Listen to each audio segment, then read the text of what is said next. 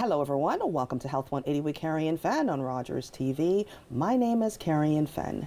The 2024 Canadian government theme for Black History Month is Black Excellence, a heritage to celebrate, a future to build, celebrating the rich past and present contributions and accomplishments of Black Canadians, while aspiring to embrace new opportunities for the future. Today, my guests are Natasha, Halliday and Elaine, Gardner, joining me to talk about the health impact of racism. We want to help you learn more, so let's learn together. Natasha, welcome back. Good morning. And Elaine, welcome to our show. Thank you for having me. Thank you. So nice to have you. It's Black History Month. Mm-hmm. Like my son likes to say, he goes, it's my month, right? He thinks he should get everything for free during Black History Month. Wouldn't that be nice? It is a time to celebrate me, he says. I think he takes it a little bit too far sometimes. So Elaine, tell us about yourself. Okay, as you just said, my name's Elaine Gardner, and I'm actually an activist in the community, and I work in various capacities to support, individuals that are marginalized by, circumstance. So I look at resources, I look at gaps in the services, and fairness, for everybody to have fair treatment, and to be not denied access to services or to be mistreated because of race. Yes. And I think that's what they say as a part of the Black History thing, is to look at ways to protect the Black community and what is happening. And I think too often they say, Black women are the most vulnerable and the most mistreated. And I think it's so sad to think that, or to even know that that's actually true, right? And I think it's important for us to have these conversations. Even if you might feel that it's an uncomfortable situation, I think it's important for us to have these conversations. Absolutely. Because of the fact that innocent people are being harmed. We have kids who are being harmed. We have kids who have the potential of growing and becoming amazing individuals who are our future, But if we don't address the way in which racism is impacting the Black community, I think, I don't know where we're going to be in that situation, right? I'm going to ask you, Elaine, and then I'll go to Natasha with the same question. As a Black woman, what does Black History Month means to you? Well, for me, it's celebrating different cultures. And to say to celebrate is to embrace. The different cultures, and to ensure that it's not just for February, it should be 365 days of the week. And what does these cultures mean to the community and to, the other races? That we have values, we have standards. This is how we're raised. We're not denying any culture. And we want to see that the change. We need to see how that's going to impact change, that people don't deny your culture just because somebody else doesn't know about it or doesn't want to understand. And that brings into what you say, we got to address the racism within the cultures, and for me, it's because I have a lot of lived experience. And it's very, and it's heartbreaking, My parents had it. My parents are from Jamaica, and as you came with my accent, I'm from England. So we had it, we had a lot of stigma and racism that we couldn't talk about. And for me now, that's why I see myself, I want to be there for others, I want to be that voice to the voiceless, and speak against it, and it's from lived experience. It's not something that is being made up, it's lived experience, and it's people that have actually been harmed. And sometimes people say to me, oh, Elaine, that's a bit, you're a bit radical, when I say basically it's a matter of life and death. And it is, because you can kill somebody's spirit, kill their dreams, their future. Kill them, period. I almost lost my life. My son and I are survivors of one of the worst modern day systemic anti-Black racism. And I speak about it at times because I don't want what happened to us to divide us, but I want it to allow us to work together in moving forward. Black History Month, I attended an event, we were there together. And I literally, it's too early for me. When I attended that event, I couldn't handle it because I'm still healing from the trauma, Natasha, what does Black History Month means to you? Well, I agree with Elaine that it's a time of celebration. I think I'm a bit in two places because having Black History Month acknowledges we're picking a time to acknowledge the compliments of, sorry, I can't speak today. The accomplishments of Black people. But the reason that there's a dedicated month is because it's not being done throughout the year. So the pain part for me is that we have to create a month to acknowledge it because it's not interwoven into the system as it should be. All people should have all their accomplishments celebrated all the time. So I appreciate that we have a time to stand tall and say, this is who we are, this is what we've done. But does it mean that 11 months of the year that it doesn't matter? And so I find myself now kind of caught in two places. I'm happy to be a part of Black History Month celebrations. I am very proud to be a Black woman. And I want to speak about all the wonderful contributions we've made to society and hopefully increase the understanding of who we are as Black people. But there's still that underlying theme of, why do we even have to have it this way? It's almost like it's limiting us, you know. And I can see sometimes, you know, especially in the workplace, people, you know, get hyped for that 1 month, and then the rest of nothing else. And then I just find that tells you what people, we're not really there yet. We're just not. Definitely not. We're just not there yet. And it's very unfortunate because we're now in 2024. And we're not there yet. And you know, I was back in England. I think I'd mentioned this to you, Carion, that I watched this documentary, Three Little Birds, and it was you know, when the Caribbean people came from Jamaica in the early 50s, the Windrush generation, and it just reminded me of my dad. He's passed away now, but he used to talk about his early days coming from Jamaica. To England in the 50s, and back then, remember, Jamaica was part of the British Commonwealth, so they were actually British citizens. So they were invited over, but the mistreatment. And you know, when I was watching that documentary, I felt broken. Because that's what my dad was telling us as young children, you know, remember, you're valued, you were born in England, you have the same rights as everybody else. And my mum just installed that into us, But then I'm just going to say, things wasn't resolved. Things didn't get resolved, especially for that generation. It didn't get resolved. So you know, most people passed away with unresolved issues. Pain. You know? You know, one of the things that I say, even though I never imagined that stress can hurt so much, I never in a million years would have thought that I would have gone through the experience that I've gone through. But one of the things that I refuse to do is to allow the few bad actors to paint my good friends. Because who I am today, I grew up mostly in a Caucasian community.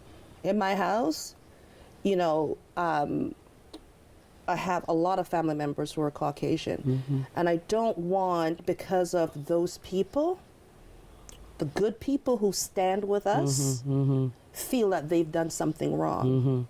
And I want to make sure a part of what I've been doing and advocating, whether it's through my charity or through working with other organizations, I don't want my good friends who make me feel comfortable. Look at us, we're three Black women sitting here on Rogers TV having a conversation about the health impact of racism, right? We're moving forward. We still have lots of work to do, but I think we're going to need our allies in order to make a difference. You know, coping with the fact that, you know, I have people who almost killed me, and trying to understand that you never saw me as a human being. You never saw the character that I am, you know? And how could you do that? How could you mistreat a human being like that? And I think that's the part that I struggle the most in my journey of going through racialized trauma therapy, is to understand, like, how do you have a human being suffocating to breathe? Right? At a point of stroke or heart attack, and you did not see my pain, you almost killed me. So that's what I struggle with. But I think, you know, in everything that we do and what we have going on, I think it's so important for us to work together, embrace our allies, right? it's okay to be uncomfortable in the conversation. Yes. I think when we're, Yeah. and you know, you guys are, you know, in that area of understanding emotional things that community members are faced with. So I'm going to ask you this, Natasha. How do we cope? How do we cope emotionally? And that's, I guess, a heavy burden of a question to ask. Yeah, it's such a little I just question. ignore them now. Right? I'm in a space where I'm like, you're not going to take away, you're not going to impact my emotional well-being. Yeah. I'm going to move forward, right? How do we cope with what we deal with ongoing with racial systemic racism? I'm sorry to do that to you. Well, I think there's so many ways. I think, truthfully, the coping is coping in general. It's not necessarily about the racism. It's just one of the areas we cope. I think when I look at how do I address coping, what are your protective factors? Who are your community people? But I think talking about it's helpful, but we also have to be cautious about how we talk about it. I don't want to talk about things in a way that poisons my soul. Yes. Right? So we can have unproductive conversations or we can have productive conversations, right? Yes. Tap into spirituality. If you have a spiritual practice, how are you incorporating that into your coping? You know, one of the things that I think makes us as resilient as we are as Black people is our spirituality, right? So I would never say disconnect from that, because that's part of who we are as people. We're community-driven people. Stay connected to community. Most people see that people suffer more when they're isolated. So we have to stay connected to community, right? And to each other. And to each other. And I think we have to be honest and know where we can go, where we can be honest. So I'm in private practice. And I sometimes just out of curiosity say to somebody, you know, what made you choose me as a therapist? And I often get, well, I don't have to explain certain things to you. You get it, right? And there's an element of, I don't have to justify the racism I've experienced because I'm talking to somebody who walks in a Black body and understands what it is to experience that. So even being connected to people who get it is really important. And then, you know, just your general type of coping strategies, right? Like whatever those things may be, whatever fills your cup, tap into those things, right? Like I wouldn't have ever thought that I was going to be a person who'd go to the lake in the winter, but it was so beautiful. On Saturday, I stopped by the lake and I was like, okay, well, I'm going to stay in the car. No, I got outside, I stood in the sun, I walked for a little bit, because nature is one of the ways that I fill my cup. So I think we have to, one, be aware of what our individual coping strategies are, and then, you know, also those communal spiritual ways of connecting and like I said, filling your cup. Filling your cup. Beautiful. It's a great response. Yeah. You're watching Health 180 with Carion Fenn on Rogers TV. We are talking about the health impact of racism in recognition of Black History Month. My name is Carion Fenn, and we'll be right back. My name is Stephen Linton, School Board Trustee for Durham District School Board, representing Pickering. Wishing you all a happy Black History Month 2024 and encouraging everyone to get out to as many events as possible to learn about our culture, our heritage, and where we've come from and where we're going. Happy Black History Month 2024.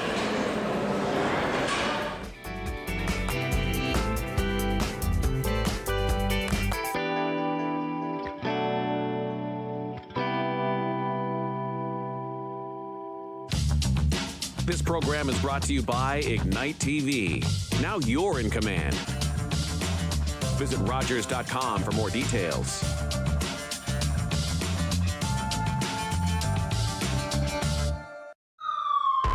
This job brings people together. City TV has all new episodes of Chicago.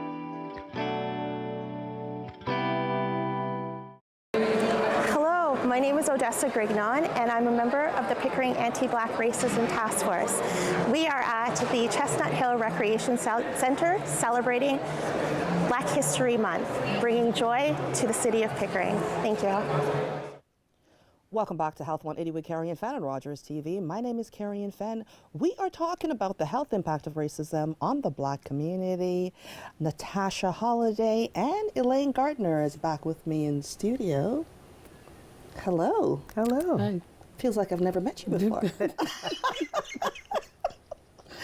Natasha, I know you deal with speaking to your clients on a regular basis and knowing what's like to go through different stages of life and different barriers, obstacles, stress, depression, all that type of things. In terms of the emotional impact of racism on the Black community, what are you hoping to see moving forward? One of the first things I want people to understand is it is not for the system that creates the issue to then say to Black people, fix it. That is often what happens. One thing I found was when the pandemic hit and, you know, after the George Floyd situation and many other situations, I was, you know, part of an event where I talked about this, and many people popped up in the chat saying, my colleagues came to me and they were Black to do something. And I'm like, no, you should be, you know, addressing it from a place of maybe comfort or, you know, offering empathy, but to put it on us. So when we look at how to deal with anti-Black racism, it cannot be Black people alone addressing it, right? Yes. It is not, because it's like saying to, you know, to the employee, change what management has the power to change. So the decision makers have to be a part of what's being done. Yeah. And I think this is one of the reasons why I think I'm kind of two-sided on Black History Month, because it's a beautiful sentiment, except that it's not a systemic change and we have a systemic issue. So if we're not getting to the root of the issue, how are we really doing anything? So we have gestures that seem great, but are they sustaining? And that's some of the stuff that I think we need to have bigger dialogues about. Like you said earlier, people have to be willing to be in uncomfortable conversations, right? Our bodies physically hurt. We have growth pains. Growth requires some discomfort sometimes, not all the time, but we can't discard that discomfort is a part of growth. So even in making changes within systemic issues, it might be uncomfortable, but that might be what's necessary to actually create long-term sustaining change. Totally agree. Yeah. And I think it's so crucial for us to work together. And I think it's going to make a big difference in terms of there's always something someone can do, right? For myself, I'm surrounded by a lot of people that are helping, but it's because of who I am. But those who did the harm, they don't really know that I'm surrounded by all these people behind the scenes, right? And I think it's those individuals who stepped up and says, no, you're not going to go through this alone. I remember when former Minister Rod Phillips said to me, Carion, if this can happen to you, it can happen to anybody, right? And he says, I believe you. And I remember him and I are friends. And remember when I called him, he was in a meeting at Queen's Park, and he left his meeting to come out and talk to me. And it was the first time he heard me cry. And he said to me, Carion, I'm going to have a staff call you after this so that we can go through this together. And I will always cherish him. You know, on the bad days, he texts me and says, you know what, you're not alone. You're going to, and he tried to do stuff, you know, but he did everything an MPP can do to help. But like you said, if this can happen to you, and that's why I'm also utilize my resources to be able to help in this way. And I've been blessed to have friends who are lawyers who are working behind the scenes, Black Action Defense Committee, the executive director, because if I could be exposed to those things, imagine someone who don't have my resources, right? And I think I feel like I have a legal duty to do what I can with my allies, right, to help address this. So it's like Black History Month is one of the most empowering things, you know, to be able to do something that's going to change things for the rest of the Black community. People might not know it's me, right, but it's going to change things for a lot of people, and I'm so grateful for the friends that we have. So Elaine, how do we get past these barriers? Well, first of all, we have to acknowledge that there are barriers. Yes. You know, and acknowledge them, and then we address them specifically.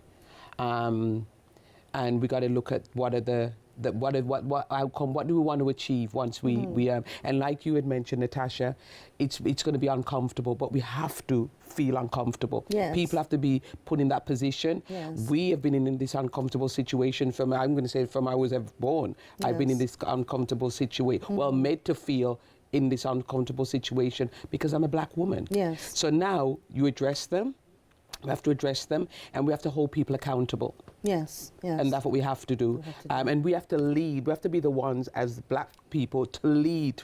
You know, we can't be expecting, white people to lead because they don't have the experiences that we have. Yes, And they will never yes, understand it. yes. Never. So then we have to then talk about, the impact Yes. if we don't address these things. Yes. People's mental health, Yes. people being denied services.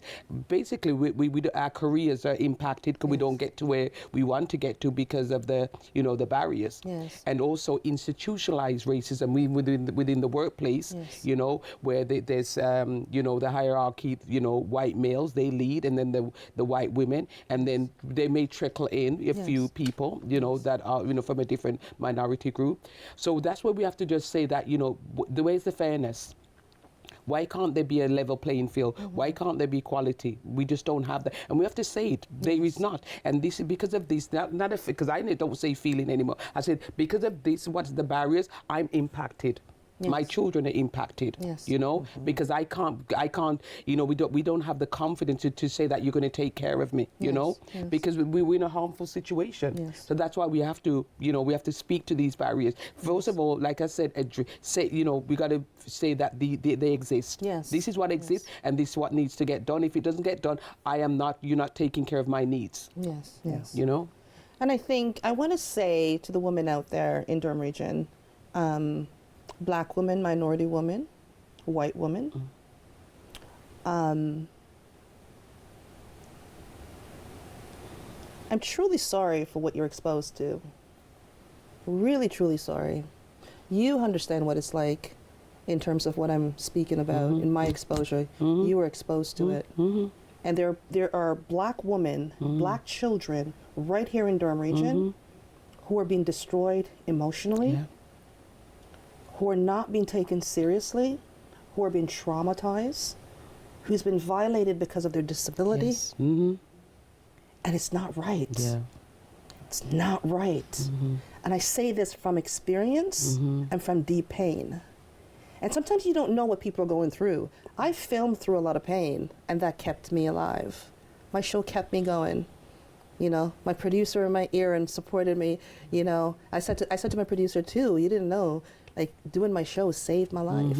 Well, talking about it because it's real. Yes, it's real. real. It's real. It's real. I've spoken to countless women who have been mistreated, their disability not taken seriously. One Mother's Day, I was on the phone with a mother who hadn't spoken to her children in 4 years. And she didn't do anything. What she did was being a black woman with a disability. Wow. My disability exposed me to racism that almost killed me. And I say this because I want us to be better. I interact with MPs, mayors, MPPs, all have treated me with the utmost respect. And I've earned that. My character speaks for itself. But one thing was for sure, they couldn't touch. It's my character and reputation, who I am. Yes. Right? You can't touch that. Yeah. And that's why, when Martin Luther King Jr. says, he wants us to be judged by our character. Yes. Not by the color of her skin. And that is so important. Yeah. And as you mentioned that, Carion, that also could stem from your upbringing as well. Yeah. Because as I said, my parents coming from Jamaica and the struggles that they had, they installed in us to be confident in who you are. And it's unfortunate, my brothers, we're all raised in the same home, same mother, same father, but them as boys, they had a lot of aggression. Yes. So it was different to us girls where and they'd go out and ride their bikes and they'd be called names. They'd be stopped by the police. They'd be with their white friends and they'd be stopped and asked all the questions. So they grew up very angry. Yeah. I'm going to say for us and the girls now, because we didn't go out as often, we had that confidence. So when anybody said that anything to us, I'd show that this is who I am, and this is who, you can't take, like you said, your character, you can't take that away from me. Yes. And then fast forward it now to 2024, you still have that, but you've been through so much horrible experience. I'm going to say they're horrible experiences, painful experience. Like if people could see the scars that we've been through, and no Band-Aid can fix that. No, Absolutely no Band-Aid. These are scars, and I'm so glad that we're here today as 3 Black women talking about our experiences, and we feel, and it's about feeling comfortable. Yes, because we're feeling comfortable. And another thing, we trust each other, eh? Yes. And it's people that come in your life, yes, they can come, but do they stay in your life? Are they going to walk the walk with you? Yes. Some people don't, because some people, they can't handle it. And some people, like you said, you had your good support. But those people stayed in your life because they want to support you. Yes. And not just you, they want to support the community. Yes. Right. A diverse community. Yes. Because we've got to keep it real. We're here, and and it's growing. Durham region is growing. Like I had the opportunity, a great opportunity to support the newcomers coming into Canada, and I'm telling you, even with that brought on some of my trauma again. Yes. When some clients were saying, people that I was supporting saying that, this happened to them on the bus. People were said things to me, and I had to tell them for real, it's discrimination. They're treating you that way, and because they're not exposed to that type of discrimination back in their country. So coming here now, and I actually named it. Yes. I named it, and I was told by I did. I actually, because that's what it is, and I was told by a person that I know, she's white, that I can't say that, and I actually. It felt like I was being suffocated. I felt like I was being, just like George Floyd, like my breath has been taken away. And I didn't say nothing to that person for a couple of weeks. And then I went to them, a white woman, and I said, when you said to me that when I was validating these people, how they were feeling, I told them it was discrimination. It's because you're Black, you're confident, you're here, you're not just, you're here and you want to progress. And I said, that people want to limit your ambition, and it's because you're Black. Right. And I said, and you told me that I can't say that because I'm validating. You can't undo something that you've heard or seen. And when she told me, and I said, when you said that to me, I felt like you were suffocating me, like you were taking my breath away. Yes. And the person said, well, that's not what I wanted to do. And I said, but you see the impact of your actions. Yeah. Your impact of your actions. And I think it's so important for us to do what we can to help protect the Black community and work together for a better future for all of us, right? Because it's all of our community. That's all the time we have for today's episode of Health 180 with Carion Fenn on Rogers TV. Thank you to Natasha and Elaine for joining me today. And a special thank you for joining me. It's Black History Month. Make sure you go out and take part in the events that's going on. And remember, together we're stronger.